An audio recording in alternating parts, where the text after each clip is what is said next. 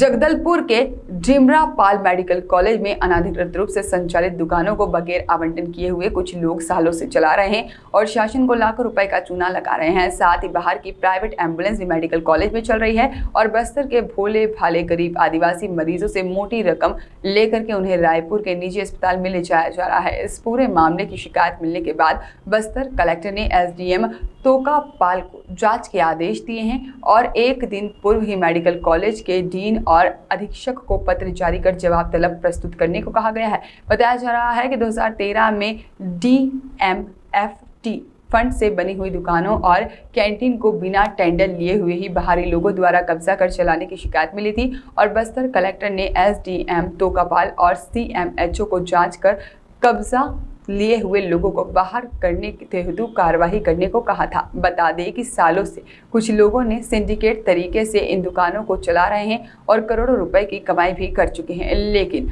प्रबंधक की मिलीभगत से कोई कुछ शिकायत नहीं कर रहा था। लेकिन जिला कलेक्टर के पास इन सभी भ्रष्टाचार की जानकारी मिली, जिसके बाद डीन और अधीक्षक को जवाब तलब करने के लिए कहा गया।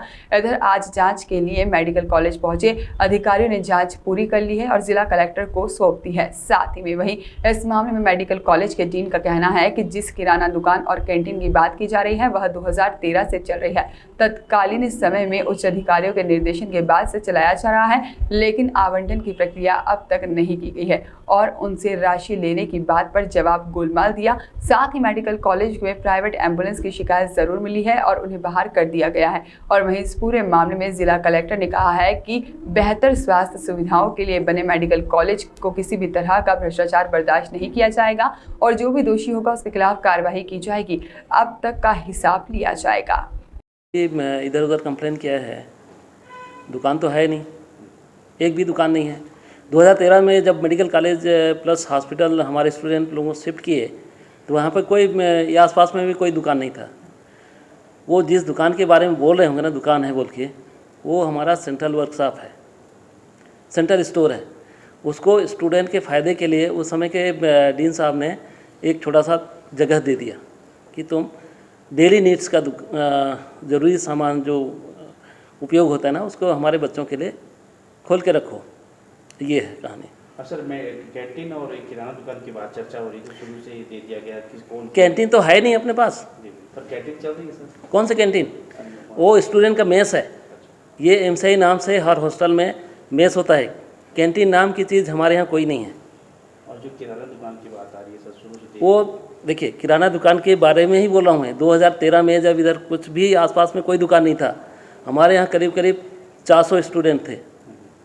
उसके लिए डेली नीड्स की छोटा मोटा जगह चाहिए थी। वो हमारा सेंट्रल वर्कशॉप है, उसमें से एक छोटा सा जगह दिया गया 2013 में। शुरू में शिफ्टिंग हुआ था उसमें। तो उसका आवंटन मतलब लिखित तौर पे कुछ नहीं होता? कोई आवंटन नहीं है। तो दुकान के नाम से है नहीं ना अपने पास दुकान। अब देखिए, यूटिलिटी सेंटर बना है अभी जो हॉस्पिटल के इधर ना, उसमें बहुत सारे दुकान निकाले हैं। पर सर, कलेक्टर साहब को पत्र आना क्या किस ओर इशारा करता है? देखिए, पत्र आया है, उनके पास भी कोई कंप्लेन गया होगा तभी तो पत्र भेजे हैं कलेक्टर साहब ने। इसकी जांच के लिए मैडम आए हैं क्या? जांच चल रही है। अधीक्षक महोदय को जांच करने हैं तो निर्देशित कर दिए हैं कलेक्टर साहब ने।